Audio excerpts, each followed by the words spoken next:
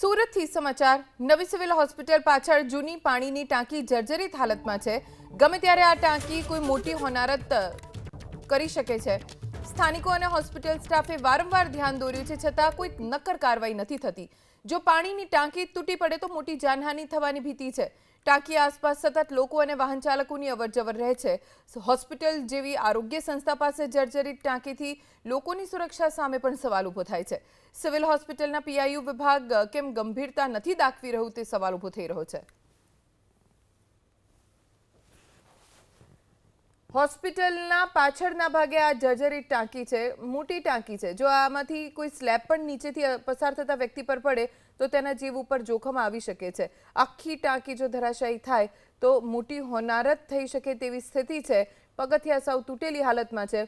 ગમે ત્યારે ગમે ત્યાંથી સ્લેબ પડી શકે તેવી સ્થિતિ છે, અને છતાં હજી કોઈ કાર્યવાહી આ ટાંકીને ઉતારી લેવાની નથી કરવામાં આવી।